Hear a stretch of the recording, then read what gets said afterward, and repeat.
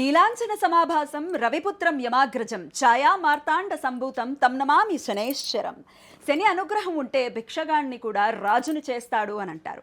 మరి శని కోపిస్తే పురాణాల్లో దేవతలు, రాజులు, మహారాజులు కూడా శని ప్రభావాన్ని తప్పించుకోలేకపోయారు.